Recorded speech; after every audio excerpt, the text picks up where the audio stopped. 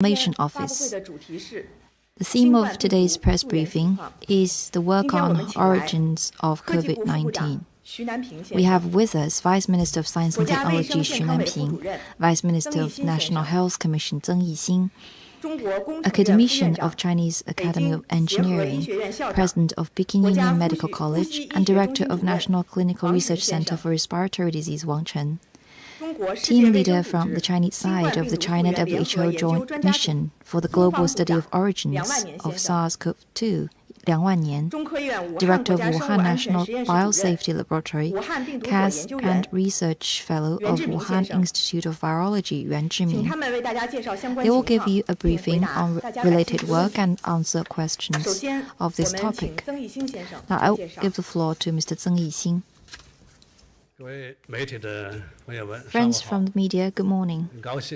I'm glad to see so many friends from media organizations to this press briefing on the work on the origins of COVID-19.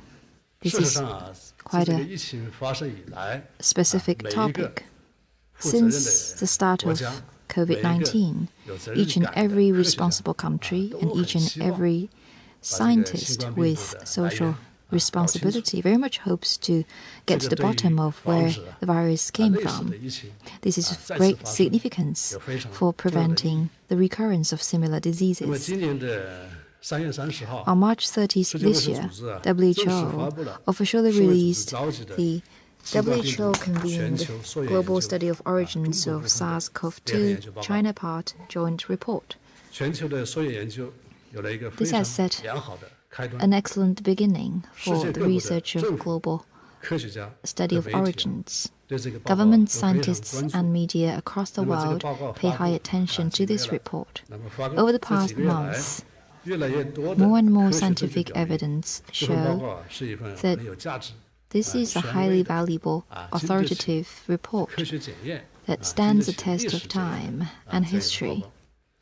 The conclusions of the report are scientific, and the process of drawing these conclusions uphold the rules of science. Now, I would like to walk you through the working process of the report. Before we conducted the joint study with WHO, the COVID response task in China was actually very heavy. Nevertheless, we organized multidisciplinary teams on work related to origin sourcing. And it was on the basis of such work that our experts, together with WHO expert of its advanced team in July last year, worked out the terms of reference TOR, and China strictly followed the TOR on work related to origin study. At the beginning of this year, the WHO International Expert Team came to China to officially start work on global study of origins China Part. In the principle of openness, transparency, science, and cooperation, China fully supports the work of WHO experts together with local governments. We made every effort to organize and coordinate relevant departments to fully meet the requirements for visits by WHO experts. They were able to visit all the departments they wanted to go, including Jingtan Hospital, Huanan Seafood Market, Wuhan Institute of Virology, altogether 9 institutes, and met all the people they wanted to meet, including medical workers, lab workers, researchers, market management personnel, shopkeepers, and community workers, and recovered patients. The origin study involved a lot of work. WHO experts worked very hard. They studied seriously every matter and work day and night, no time for food or sleep. Their professionalism and spirit of science is admirable. Here, on behalf of the Chinese government, I would like to pay high tribute to the experts of the WHO International Expert Group. Now, the second thing I want to talk about is the main conclusions of the joint study. The report we're talking about is the report on global origin study of China part. The expert group concluded that in bats and pangolin, the coronavirus is mostly highly related to SARS-CoV-2, with the highest homology. Yet, they are not enough to prove that they are the direct ancestor of SARS-CoV-2. Though there is a high homology, there is still some difference. And other animals might also be potential hosts. And in light of epidemiology, animal environment tests, and research results of various aspects, the joint expert group identified the possibilities of pathways. First, direct spillover from animals to humans, possible to likely. That is zoonotic spillover. Direct spillover, possible to likely. And spillover from animals to humans through an intermediate host, likely to very likely. That is from natural hosts, animals, through an intermediate host to humans. It was likely to very likely. That's the second possibility. And the third possibility is introduction through refrigerated or frozen foods. Last year, in sporadic cases in different parts of China, we found out that it was possible that the virus was introduced through refrigerated or frozen foods. It was possible. And the last possibility is laboratory leak. It is extremely unlikely.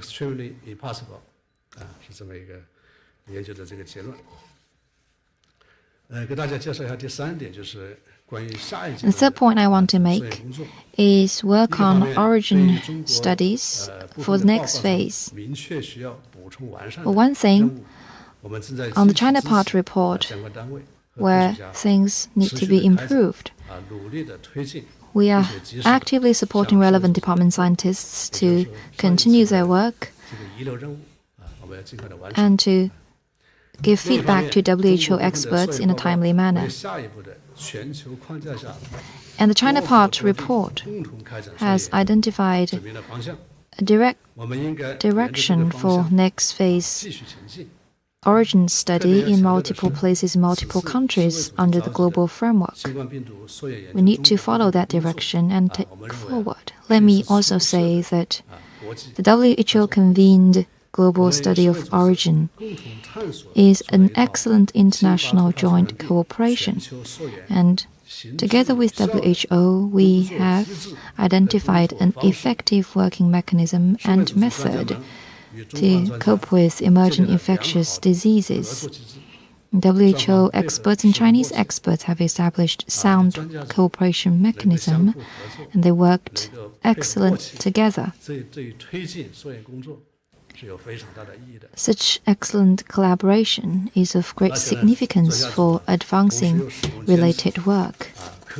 Moreover, the experts uphold professional attitude, scientific and rigorous. They repeatedly studied and analyzed specialized matters. We do hope that the international experts participated in the China part study will continue to play their role and to employ their valuable experience to the global study going forward and to contribute to get to the bottom of the source of the virus. Study on the origins of the virus is a complex scientific matter. It is a complex matter for the world, like HIV/AIDS, Ebola, MERS, SARS in 2003, avian influenza in 2009. The origin tracing for these viruses all have been proved very difficult. For some of them, the answer is yet to be found. Therefore, for the next phase, it is important that work will be conducted with the coordination of WHO, and on the basis of the first phase study, excellent experts of multiple countries need to be organized.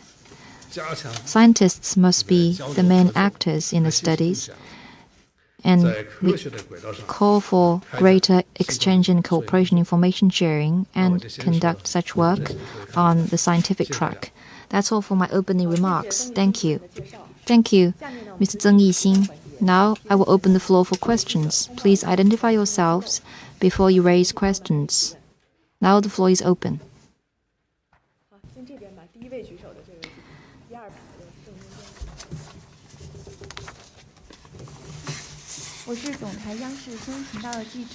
From CCTV. Well, the study of origins is a long-term and scientific matter. In 1918 and 2009, and with HIV and AIDS, the study of origins of different viruses were conducted, and this time around, the virus study was conducted in China. What was the meaning of such a study? Well, let me answer your question. This is a very important and necessary health and scientific matter. For infectious diseases, there are three important matters. First is the source, second is the pathway, and the third is the infected. And these three factors compose the most important things in infectious diseases. And scientific origin source is related to all these three factors. It can answer the question where the virus came from. It is of great significance for the current round of infectious disease, and it is also of great significance for possible future emerging infectious diseases. That's why the whole world is paying a lot of attention, and Chinese scientists also pay high attention to this matter. This matter deserves our serious study. Again, as Mr. Zeng Yixing said, since it is highly complex, we must approach it with a scientific spirit. Next question, please.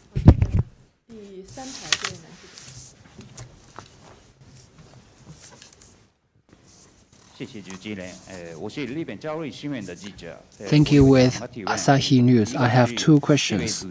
First, last week the WHO proposed a second phase origin tracing on China, including studies on the Wuhan seafood market, as well as auditing for research institutes like the Wuhan Institute of Virology. And they demanded higher transparency. How do you comment on that? Will you accept another investigation on the origins? Second, in March, WHO published the report, the China part report, claiming that it is extremely unlikely for the leak of the virus from the institute. But some scientists also considered that we need to look at the two possibilities of natural birth of the virus as well as lab leak. So, regarding whether the virus was man-made or naturally born, what is China's comment? Let me answer your first question. Thank you for your question. On July 15th, WHO announced the plan for origin studies for the next phase. Well, to be frank, I was taken aback when I learned about this. Why? Because in the plan,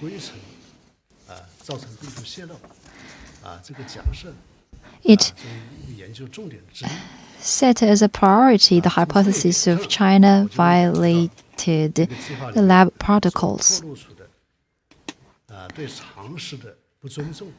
This reflects irrespect for common sense and arrogance against science. First, on the rumors on Wuhan Institute of Virology, including 3 workers get infected, and the gain of function of the institute. These have been proved rumors. And the bat samples and the coronavirus tested in the bat samples, RTG13, have 96.2% of homology. Such homology is impossible to get directly infected to humans. And another hypothesis is man-made virus. There was Indian researcher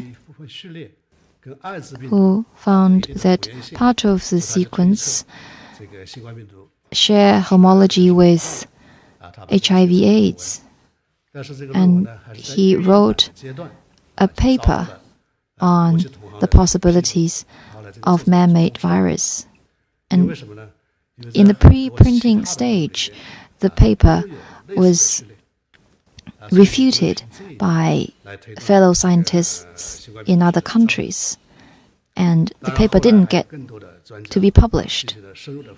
And many scientists conducted in-depth analysis, and their conclusion is that the genome sequence has no trace of man-made engineering, because otherwise it will leave traces in the genome sequence.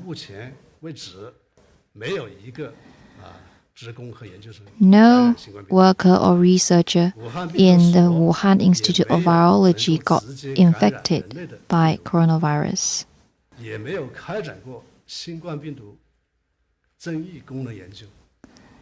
No gain of function study was conducted in the institute. No study of man-made virus was conducted. And where did this laboratory leak come from? Such a notion defies common sense and science. WHO experts visited the Wuhan Institute of Virology, and their conclusion is that the laboratory leak possibilities extremely unlikely. These experts are highly authoritative and professional experts selected by WHO. We respect their conclusions. About the plan on the second phase of origin study, it contains language that does not respect science or common sense. We won't follow such a plan. Origin study is a science matter. The Chinese government supports origin study based on science. Yet we oppose politicizing the origin study. We believe that the second phase should be conducted on the basis of the first phase and follow the WHA 73.1 resolution and proceed with full deliberations and consultations. on the researches that have already been conducted, especially those with clear conclusions. There's no need for repetitive work in the next stage. We hope that with full consultation with member states, early stage case search should be conducted multi-places in multi-countries globally, and origin studies in molecular epidemiology and animal intermediate hosts. What has been done in China shows that scientific and reasonable work methods is crucial for carrying out international cooperation. It reflects the respect for sovereign countries with full consultation and consensus, and it will also help with orderly and smooth advancement of related work. What's important is to draw on the successful stories of the first phase and on this basis carry out work going forward. On this basis, on July the 4th, China proposes China's proposals to WHO experts on the work of second phase on WHO-convened global study. And we put forth our key rationale and viewpoints. We hope that WHO will take them into serious consideration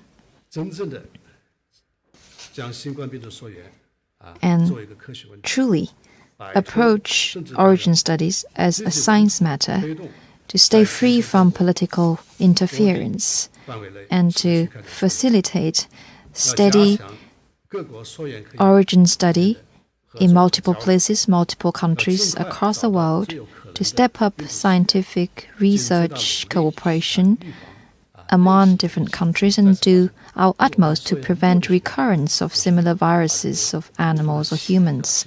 What's the purpose of the origin study? It's to get to the bottom of the source of the virus, to learn more about the virus, to prevent the potential recurrence of any similar disease. We need to uphold that principle and follow science spirit. That is what China has been doing.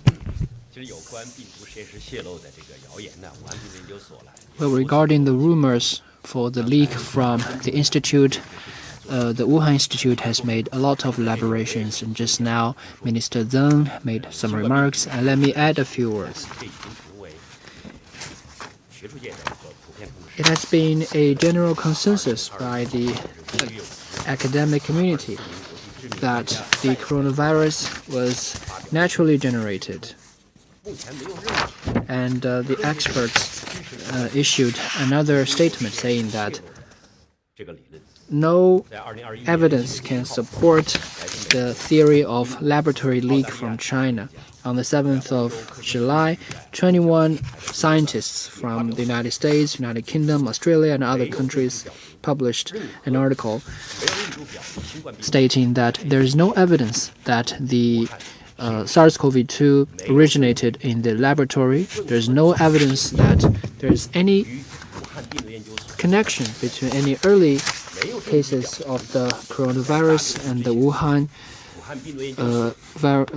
Institute of Virology, and there's no evidence that before the pandemic, the Wuhan Institute owned or was studying the progenitors of the SARS-CoV-2. Just a couple of days ago, 22 Chinese and foreign scientists jointly published a paper using the classical evolutionary theory methods to convincingly demonstrate that the SARS-CoV-2 can only be derived from nature instead of being manufactured by human.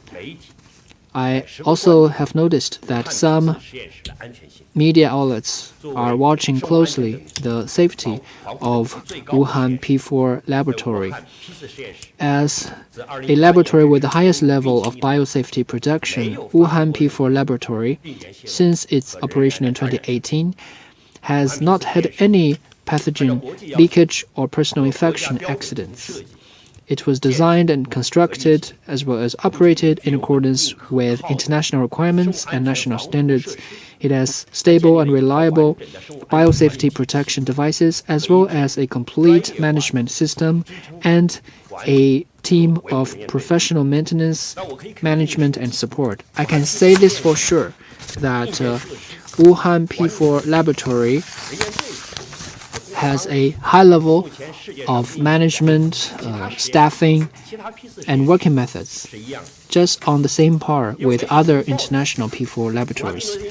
There have also been reports saying that 3 research fellows from the Wuhan Institute of Virology visited the hospital in November 2019, and their symptoms were the same with COVID-19. This is completely out of nothing. If you want to clarify the facts, just provide the names of the 3 people. Then the truth will be revealed. Actually, we made this suggestion very early, but so far we have not received any response. Let me stress that first, before the 13th of December 2019, the Wuhan Institute has not been exposed to, preserved, or studied the SARS-CoV-2. And second, the Wuhan Institute has never designed, manufactured, or leaked SARS-CoV-2. And third, so far, the staff and students of the Wuhan Institute have maintained a record of 0 infection of COVID-19. In face of COVID-19 outbreak, the Wuhan Institute has been leveraging its long-established platform, know-how, and talents to determine the SARS-CoV-2, isolate the virus strain, determine the whole genome sequence, and provided that to the WHO on the 12th of January 2020. These important outcomes have laid the foundation for the global pathogen detection, antiviral drug screening, and vaccine research. And after the isolation of the virus strain, we have organized efforts on the screening of antiviral drug and the vaccine research, provided effective support for science-based response. But also, due to its location in Wuhan, the Institute has been attracting global attention. It has been also subjected to all sorts of rumors. Such rumors have exerted huge pressure on the research fellows in the Institute and have also interfered in the normal work of the Institute. They have also produced negative impacts on the normal exchanges and cooperation internationally of the Institute. Facing with the still raging coronavirus, no country can stay unaffected. Only with international cooperation and coordination can we effectively contain the spread of the virus, and can we help people in the whole world regain normalcy. The Wuhan Institute of Virology will continue to adhere to an open and transparent attitude and do our part in the international fight against COVID-19. Well, let me also add a few words. In January and February this year, the WTO China joint mission during the work of origin tracing put forward the 4 potential channels of introduction, and one of those hypotheses was laboratory leak.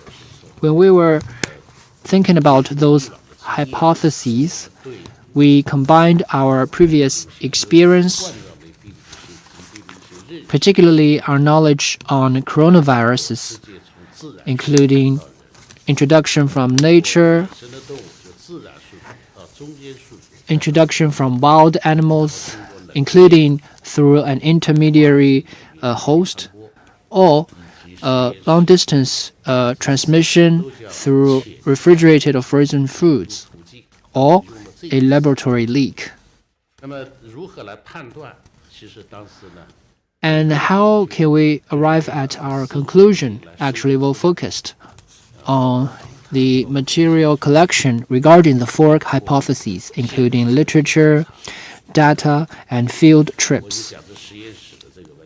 On the laboratory leak hypothesis, when the experts were discussing that argument,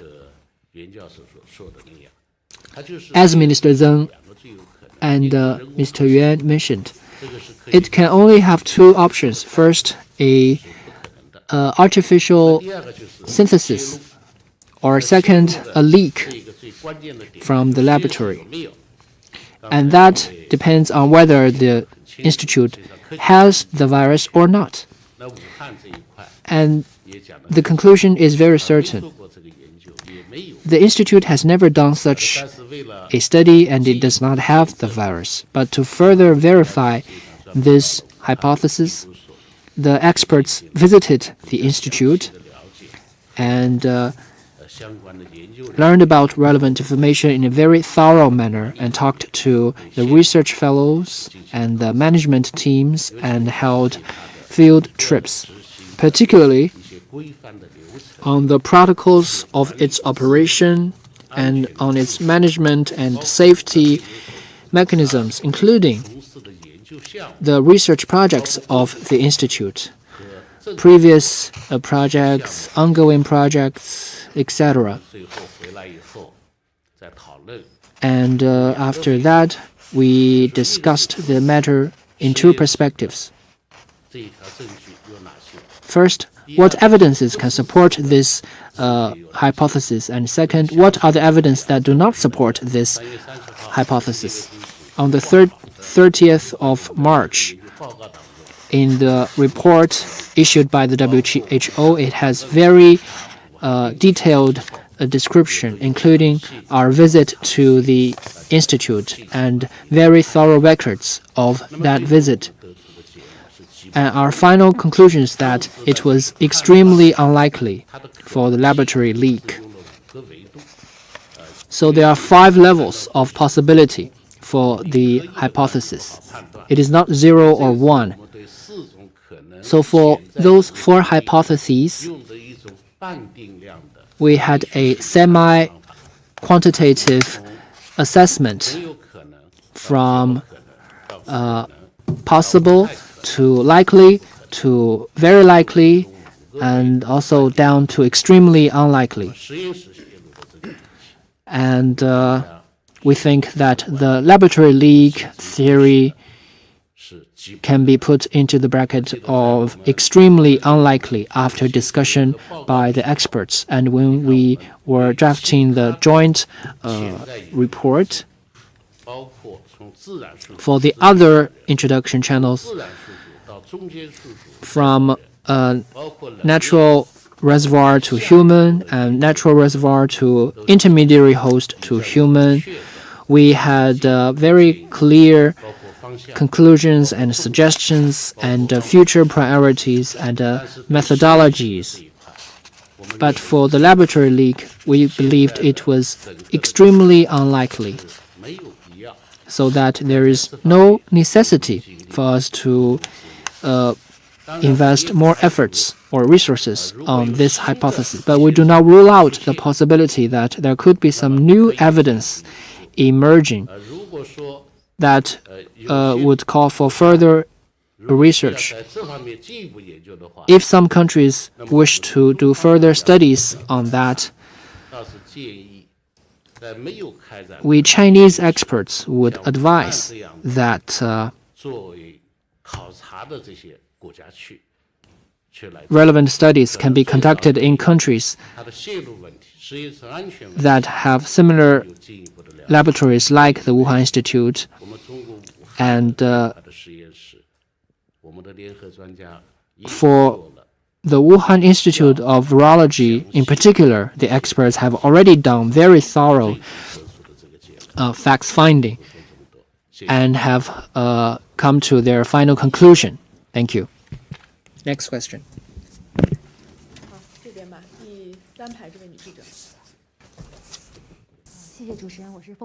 Thank you. With Phoenix TV, previous reports that in 2012, The miners in the mines in part of Yunnan province were sick, and does that disease relate to the RATG13 of bat virus? Well, let me answer your question. In October 2012, the Wuhan Institute of Virology received some information from Yunnan's hospital involving the serum samples of 4 miners in Yunnan province. After several times of nucleic acid testing and genetic sequencing, we did not detect coronavirus of bats in the samples. And that means that the virus has nothing to do with SARS-CoV-2. Regarding RATG13, it was detected, the genome sequencing detected from the serum in Yunnan instead of the serum samples that we received from the Yunnan miners in 2012. So no evidence show that these serum samples of the miners have anything to do with SARS-CoV-2. However, regarding the difference between RATG13 and SARS-CoV-2, the Wuhan Institute has made a lot of public announcements. In July 2020, Professor Shi talked about a 20 to 50 year time of evolution from RATG13 and SARS-CoV-2. And if you're interested, you can go find more information on that research. Next question.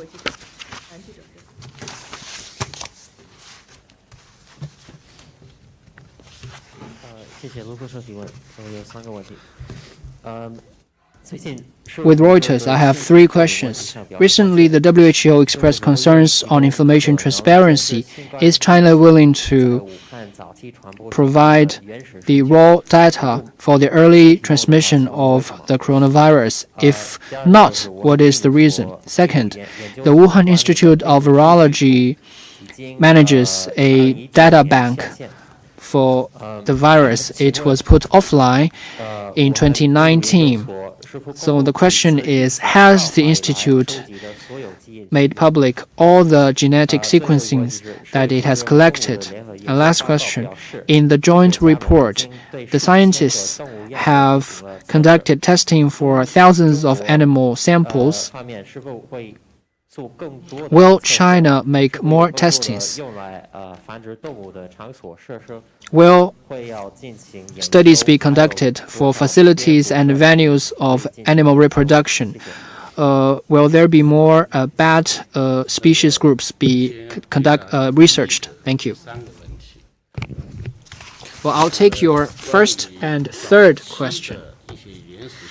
Regarding some early raw material and data, I think in January and February during the joint mission, we conducted very thorough communication on that.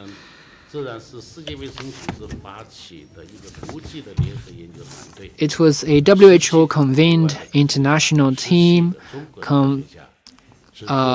consisting of 17 international experts and 17 Chinese ones. It was a highly integrated team for the research.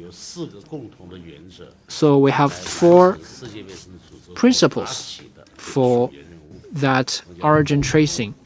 That was common drafting of the plan, common field trips, common analysis, and common display of the research reports. So those are the principles that we followed. For the origin tracing studies, the most important thing is early data. Just now, Minister Zhang mentioned after the outbreak, Chinese scientists, before the WHO convened studies, have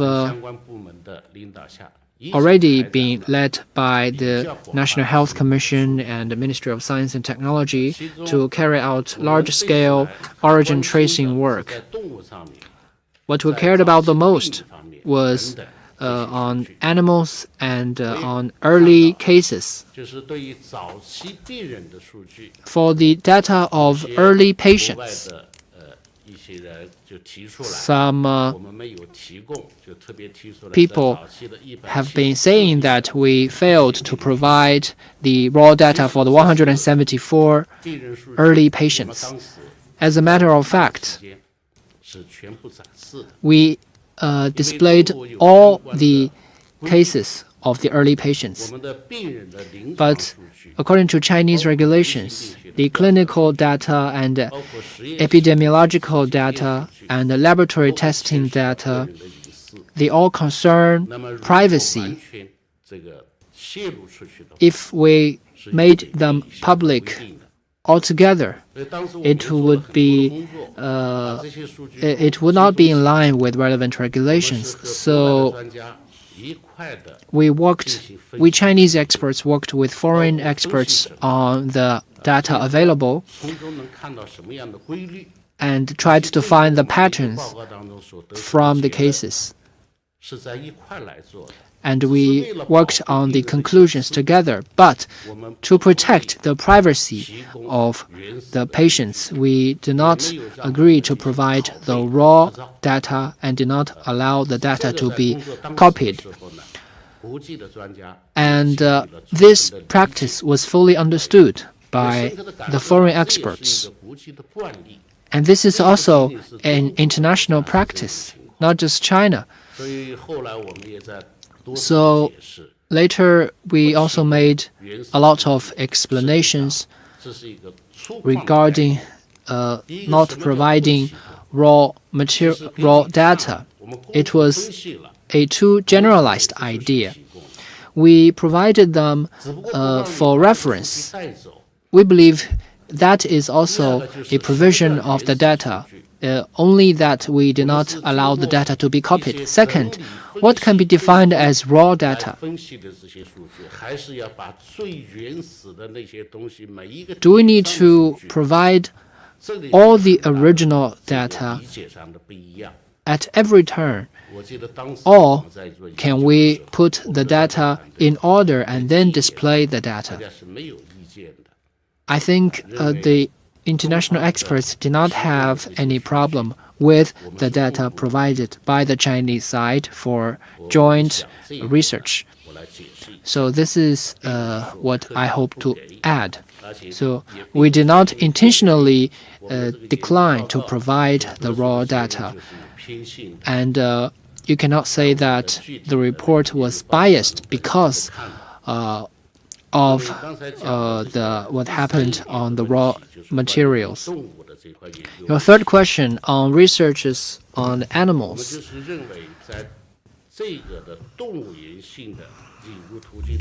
We believe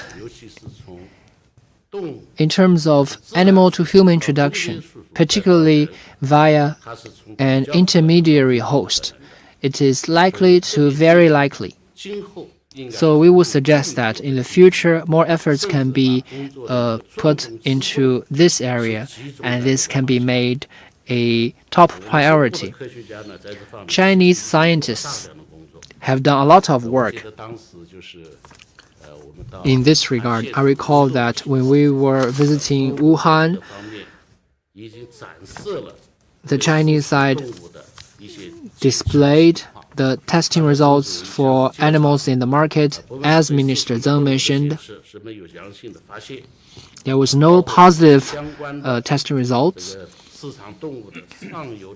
And also for upstream reproduction farms, there was no positive results. And then we expanded the testing all the way to 2018 to 2020.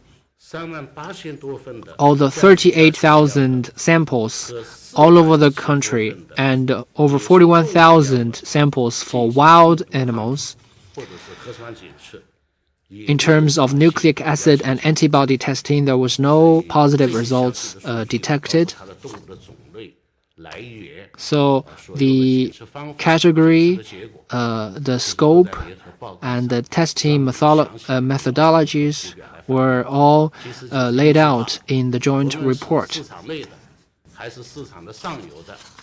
Whether in the market or in the upstream farms or in the wider regions of the country, whether domesticated lives or wild lives, Chinese scientists have made a lot of testing in terms of pathogen and antibody. There was no positive testing results detected. On bats, Chinese scientists have collected a lot of samples and made a lot of research. In terms of the breadth and width of bat research, I think China is doing better than most countries. We have done a lot of research on bats. As Minister Zeng and Mr. Yuan mentioned, we may have found similar viruses, but they are still different from SARS-CoV-2. So scientifically speaking, in the large number of bat samples, we have not managed to isolate SARS-CoV-2 from bat viruses. There are many types of bats, and they exist extensively in the world. In many regions in the world, there has been no systematic research on bats. So if the origin tracing studies are to be continued, I think the Part 1 outcomes indicate that bats should be made a priority globally, and it is highly likely that it can be an animal host for the virus. So we should not confine the research only to China, but we need to go further and expand the scope of researches anywhere that are home to a large number of bats can be made the future destinations for the origin tracing studies. So I think on animal origin tracing, it should continue to be a priority direction and field, and it is the most valuable field for our research efforts. And this is the area that we need to pay the most attention to. Not only bats, but also pangolin, ferrets, minks, and other animals. They should all be made research targets that carry or might carry pathogens. We need to trace the origin of those pathogens, and it will produce valuable outcomes.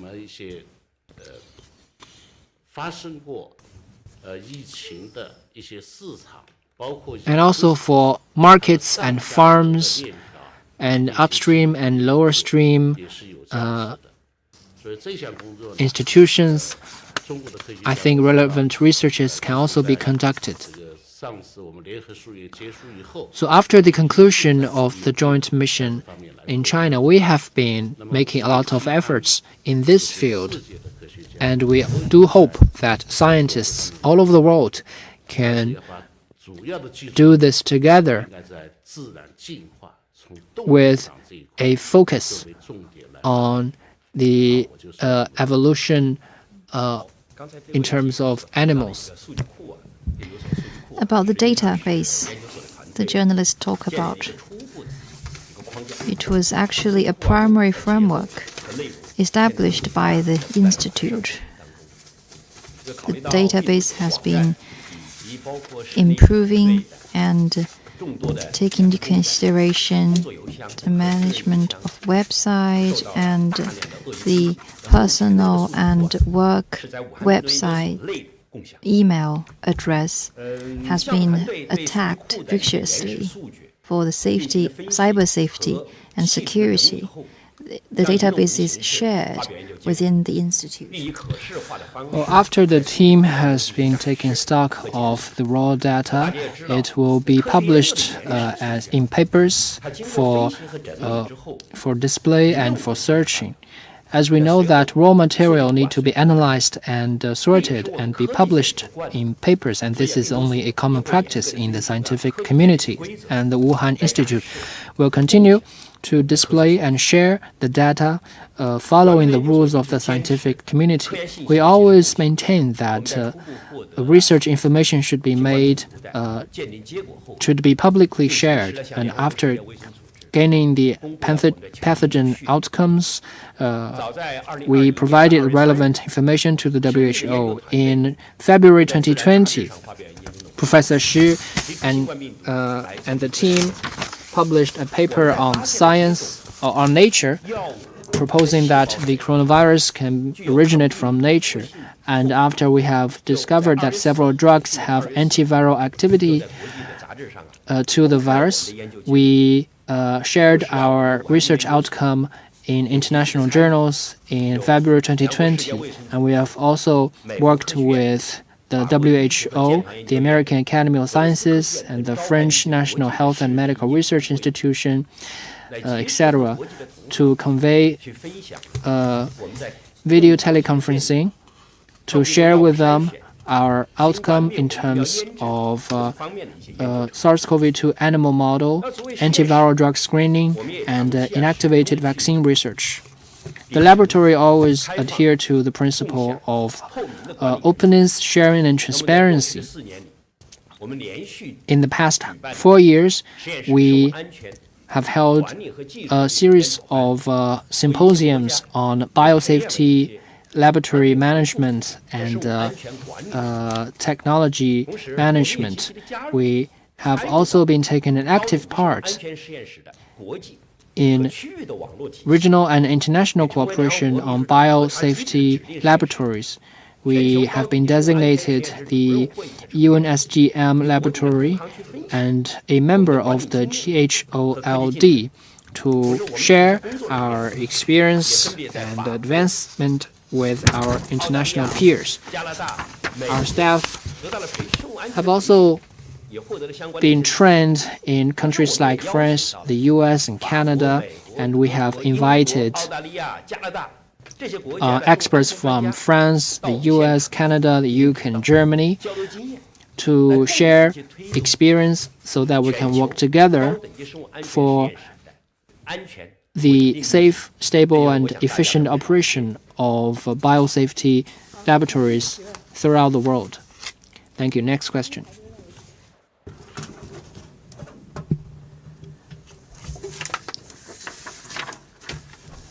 Thank you. Bloomberg News. Can I ask, since the WHO team concluded its field mission in China, research published in June showed that animals could have carried the coronavirus, were being sold live at markets in Wuhan, including at the Huanan market. Was this known when the WHO team visited Wuhan? If not, why?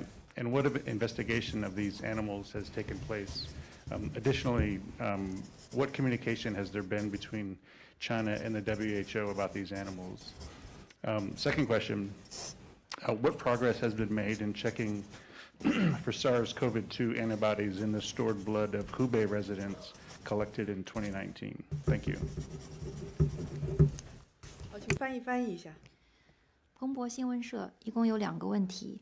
首先，在世卫国际专家组的专家在武汉开展的实地考察之后，在6月份，我们得知，有可能会携带新冠病毒的动物在华南市场，有出售的这个信息。那么当时在国际卫生专家组去武汉调查的时候，中方是否知道这样的情况？如果知道，为什么不让专家组的专家去华南的市场进行实地的考察，在中方和世卫组织之间关于这些动物的情况有保持着怎样的沟通？第二个问题是关于湖北居民他们的有关新冠疫情血液样本是否后续进行了进一步的检测？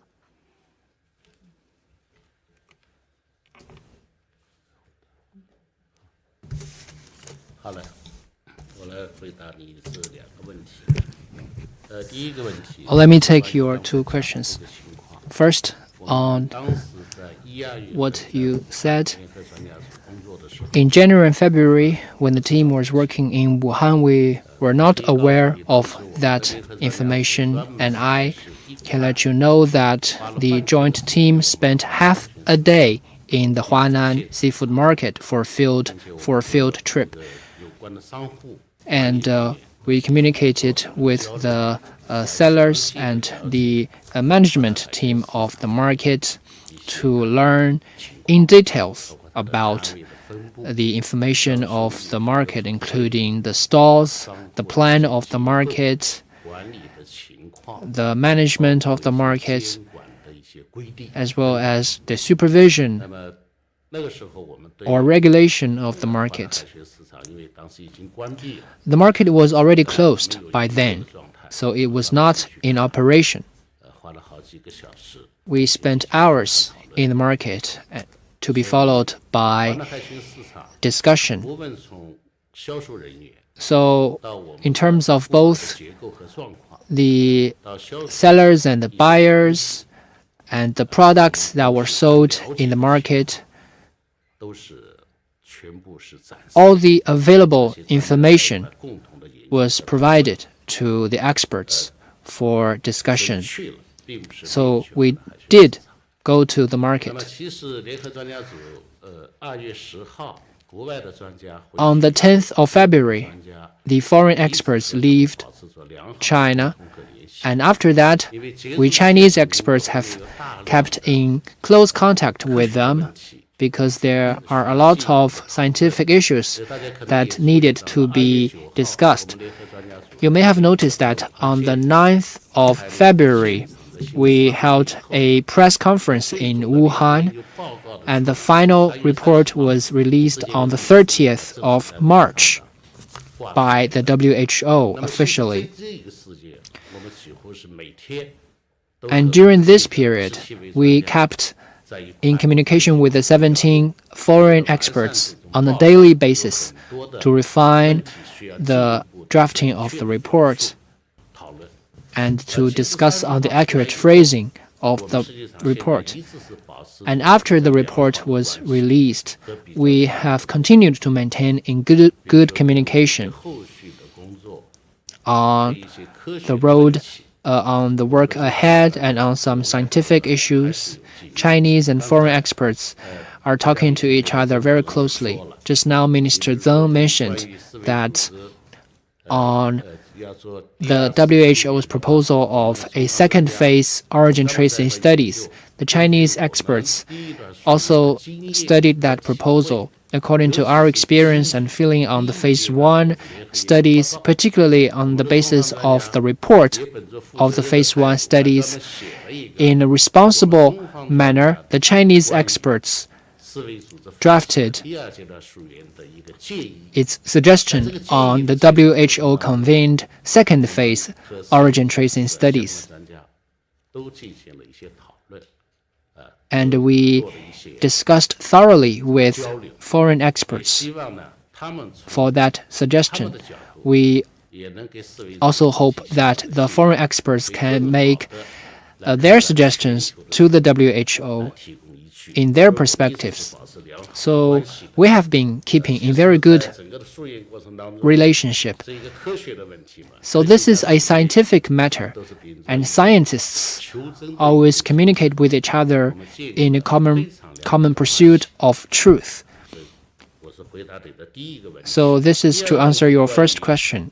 血液 Second, on blood samples, 是非常好的， I think this is a very good question. 是溯源的一个问题除了早期的病例的流行病学追溯以外， Apart from the epidemiological investigation for early cases, 如果能够进行相应的 if we can have 如果发现相关的 testing for early blood 它的 samples 最早病例的出现情况， regarding, then it would be helpful for us to find out the early early appearance of the 那 virus. 个研究报告当中是这样说。 According to the report, the earliest 4病例， case happened on the 8th of December, but that does not mean it was the actual first patient to be infected, which means regarding how the virus jumped from animals to humans, 我们叫0号病人。 or the patient 0. 那中国武汉报告的这个上 Who is that patient?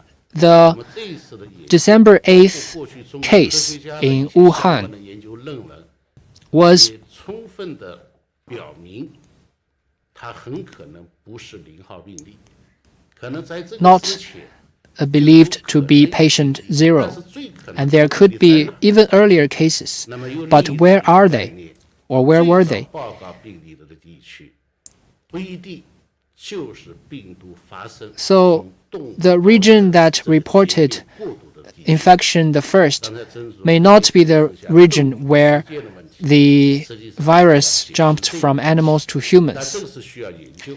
and that 那么 needed 血液 further 如果能检 studies. 测当然是最好。 If we can test the blood samples, it would be the best. When we were in Wuhan, we made this proposal, and we asked 一些专家 experts from Wuhan Institute 那么血液 of Blood, 血液中心的这个 the Wuhan Blood 专家来 Center. 了以后呢，特别告诉我们 The experts 他们现 told 在 us 是有血 that 那么保留有血 they had 但这种 the 流程的血 blood 标 samples, but 仅用 the samples 应对 were only 血 used 导致的医学争议 to 法律的诉讼。 settle the possible medical or even legal 测 dispute. 完血后一个辩论一个这么长， So it was 一夹一下，这包血浆这边血清，它的含量 only 很低。 contained in a tube 但是根据 with 血 a 上 very 传 small 第 volume. 31条规定， According to Article 31 of the Blood Station Management Regulation, such samples 年也就是 can 血 be 液样本 stored 同 for 期 2 years 全血或者 in terms 成分 of 血使用 whole blood 2年 the, 在这个 or 时间内 blood 保留 components 这么 use. 小一点的 So it can be 这个血 stored 是 after 不能够用的 the use of whole blood or blood components 诉讼了 for 2 years. 才能解释。 So this kind of blood sample 比如说我一个 can only be used to address legal disputes. 病人用了 Let me give you an example. 感染了肝炎， You used a blood donated for a patient, and the patient got infected with 干这个用的。 some other diseases like AIDS, and the blood sample can be used to address the legal dispute. 是少的。 So it has a very small volume of 当时 serum. 认为这个东西到期以后我们来做，所以我记得那天一下午我们和血液 I recall that 智力的专家 For a whole afternoon 后来 in Wuhan, we 对这个问题专门 discussed this matter with the experts in the Wuhan Blood Center. 看的这个血液 It was mentioned in the report too. 使用以后达到2年，那么达到了这个规定， And we also talked about that 会开展一些 after 工作。 2其 years 实现在呢， of use of those blood samples, we would be able to conduct the relevant research. The Chinese side has been organizing experts and organizations 目前 to 以提 get 前 prepared for such work, 检测的方法， and we 检测 are 的试试方案， now formulating the methods and implementation plans 等待这个 for the blood testing. 来具体的实施。 When the blood samples can be tested after the storage period, we would implement the relevant testing. And if we have any outcomes, they will be informed to Chinese and foreign experts. So this is for your second question. Next question, please. Thank you. With China Daily. In February this year, the WHO expert team said that it was most likely that the virus spilled from animals to humans through an intermediate host, and the other possible pathway was introduction through refrigerated or frozen foods. What was your view on this pathway? Well, the introduction through cold chain is a new phenomena. I am an expert in respiratory disease. Infectious pathways for respiratory diseases, including cold chain introduction, deserve our attention. First, on epidemiology, when we found the relations between cold chain introduction and respiratory diseases, in tracing of epidemiological source, we traced the virus on the surface of the refrigerated or frozen foods, for example, in Xinfadi market. The infected person had contact with the refrigerated foods with the virus. And second, on the virus tracing, nucleic acid result was positive, in particular in the outbreak in Qingdao. Nucleic acid was tested and virus was separated and tested. So the refrigerated and frozen foods contained the virus. So combining these 2 points, the evidence is quite clear. And we also have found out that when the environment is dry and cold, the virus lives longer and is more infectious, like 21 days in cold days.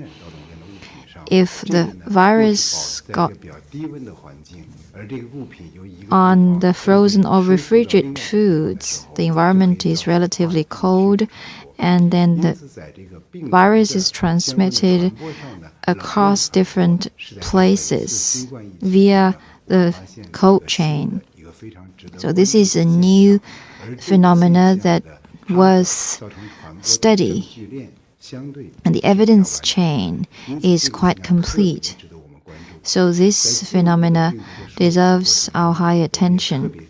And in the origin study, we strongly recommend that cold chain be considered as a top priority in the origin studies, especially given the international trade, and it has added to the complexities of transmission. So it's worth study. Next question.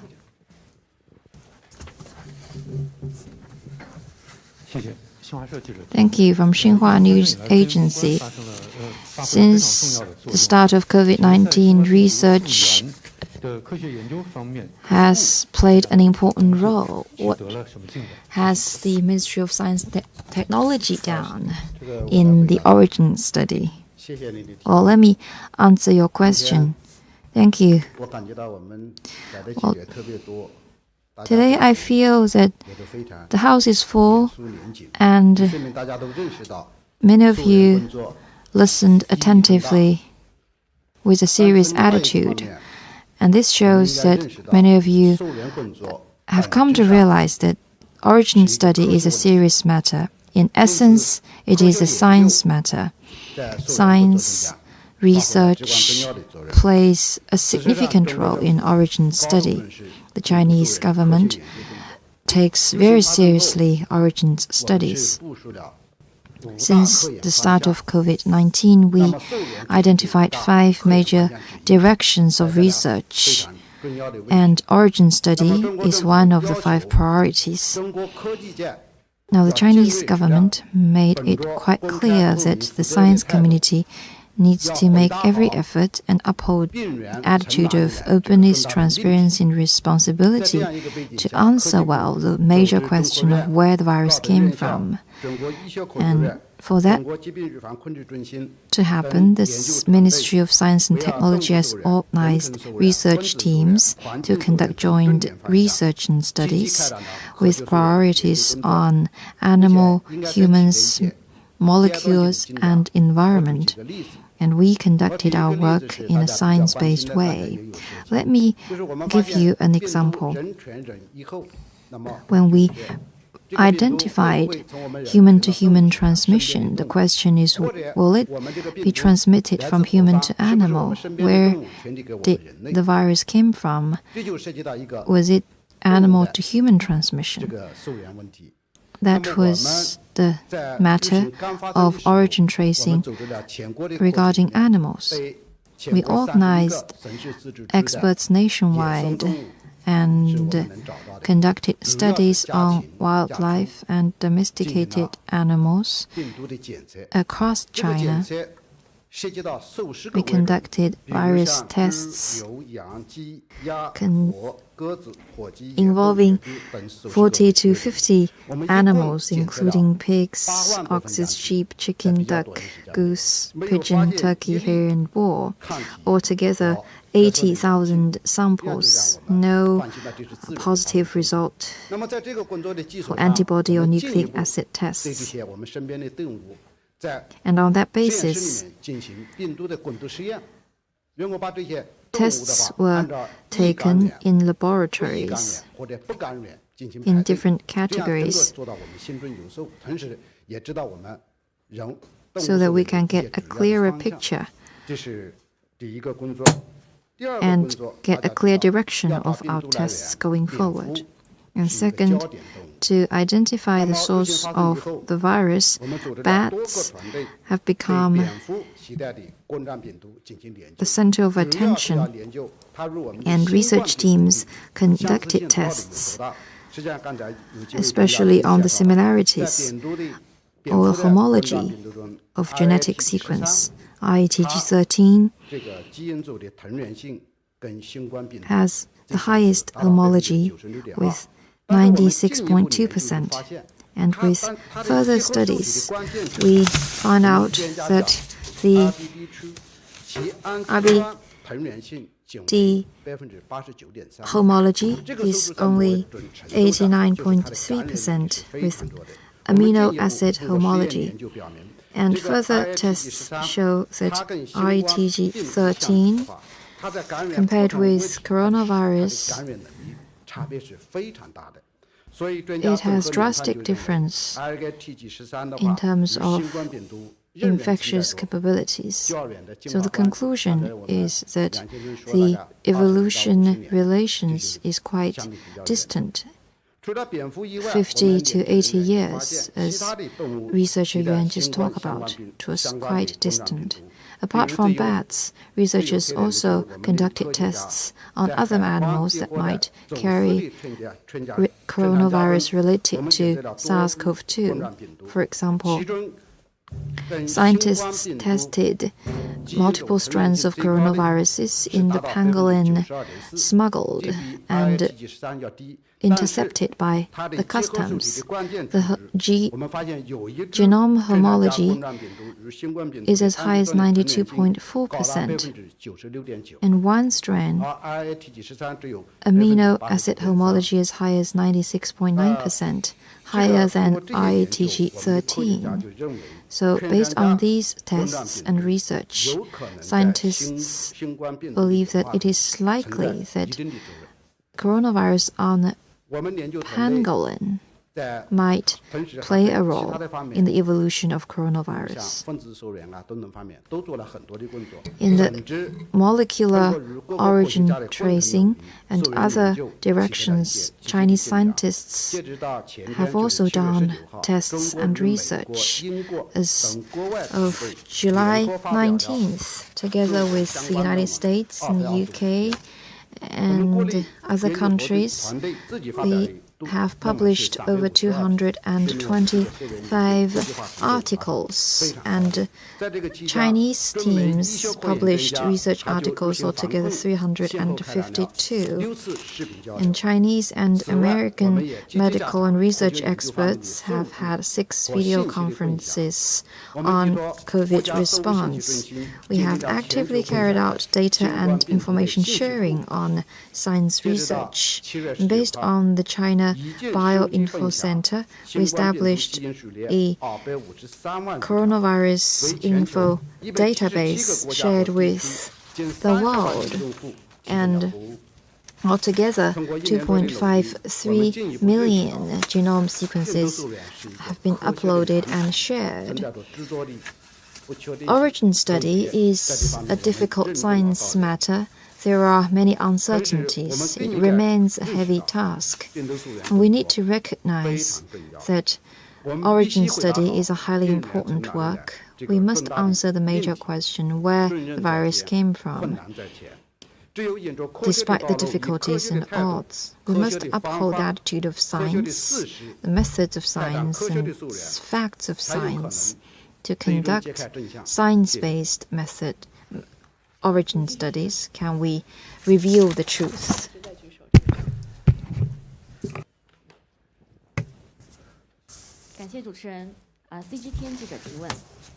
Thank you. With CGT, and recently there have been reports that Chinese research have deleted the genetic sequencing of early cases uploaded to NCBI. What is your comment on that? Well, let me take this question. Well, after this issue was reported, we have learned about what happened, and let me share some information with you. On this matter, some researchers in Chinese universities issued an article in international journal, SMALL, SMALL. The title of the article is Nanopore Targeted Sequencing for Accurate and Comprehensive Detection of SARS-CoV-2 and Other Respiratory Viruses.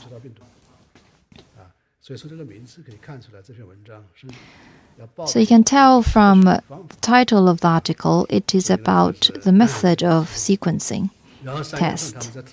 In March, when they sent the article to the magazine, the editor asked them to provide sequencing results to judge whether the method is accurate and reliable. The researchers were required to provide the results, and hence the researchers uploaded the results to the NCBI database, the National Center of Bioinformation Management by National Institute of Health of the United States. And on June the 9th, the magazine sent the copy of the article about to be published to the researchers. It was at that time that researchers found out that the previous content in the original article about the data results of virus sequencing was deleted in the editing process. That was why the researchers believed that there was no need to put related data in the NCBI database. On June 16th, the researchers sent an email to NIH for a request to retract the data. And in accordance with their working methods, automatically the data was deleted by NIH without notification to researchers. And the researchers also ignored the matter. So you can tell from this process that there's no such thing as the researchers hide or cover up anything. And recently, the researchers uploaded all the 244 sequencing data to the GSA database managed by China National Center of Bioinformation.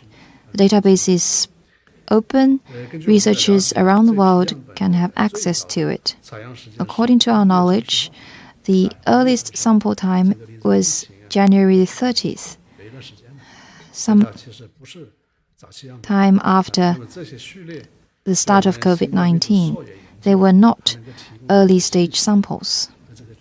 And the information and value they can provide is limited.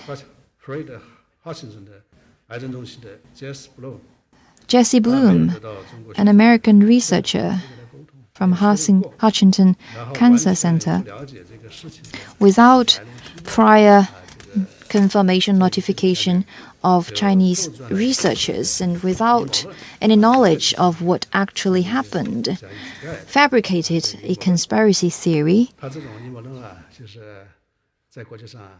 about the Chinese researchers cover up certain data.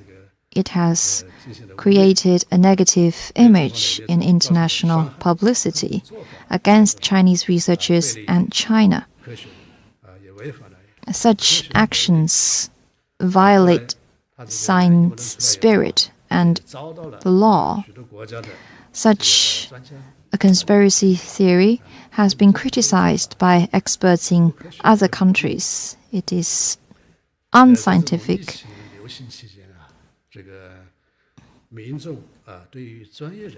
With COVID-19 still raging, people follow closely what the scientists do and what the scientists say. Each and every scientist and expert must be fully aware of their social responsibilities. In particular, words and deeds on COVID-19 are always followed extremely closely by the general public. All the scientists must do their best to contribute to COVID response as a professional worker and to make comment based on science. Instead of inventing stories, it would cause negative impact and distort science. We hope that lessons will be learned. Scientists are not just scientific experts, they also show the social responsibilities they need to fulfill such responsibilities. Thank you.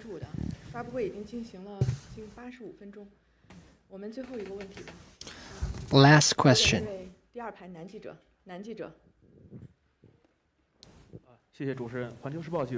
Thank you with Global Times. The coronavirus, the starting point of the spread of the coronavirus has been put forward again and again.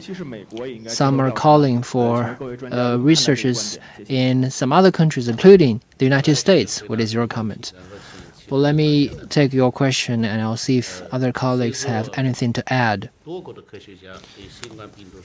As scientists are continuing with their studies in various countries, many outcomes have come to prove that the starting point of the outbreak of the coronavirus could be earlier than the timeline that we currently know. I can share with you some examples. In November 2019, an Italian woman's skin biopsy revealed multiple SARS-CoV-2 in situ hybridization reactivity. In November 2019, in a wastewater sample, the genetic material of the novel coronavirus was detected in Brazil. In December 2019, in 9 states in the US, SARS-CoV-2 antibody was tested in 106 samples. In December 2019, samples from Iran, Brazil, and Italy were uploaded to the global database in terms of the genetic sequences.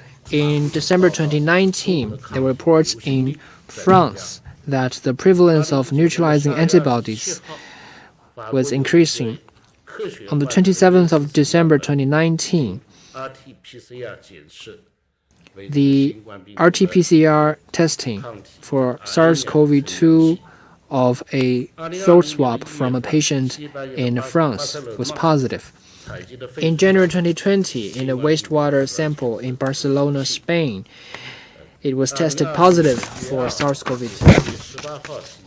From January to March 2020, in over 24,000 blood samples from 50 states in the US, 9 samples were tested positive for SARS-CoV-2 antibody.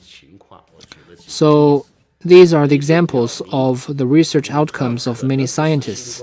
So it shows that Wuhan might not be the first place for the outbreak of COVID-19. The virus was spreading from animal to human, and from objects to human, and then from human to objects.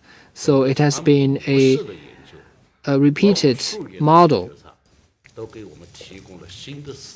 And new evidences are providing new perspectives for us in the research, and those are scientific issues that need to be addressed. How did the virus jump from animal to human? How did it transfer from objects to human and then from human back to objects? So there are new perspectives for our research.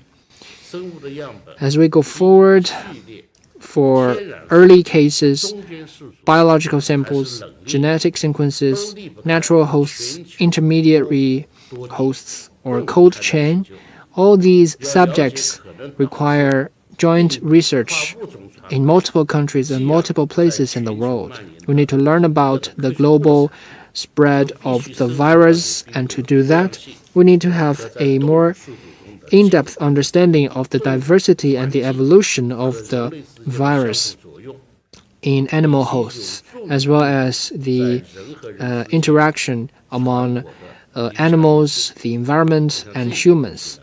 So those are what we need to further study in the future. And plus, the virus is a common enemy of humanity. Whether to prevent or to treat the disease, it calls for solidarity.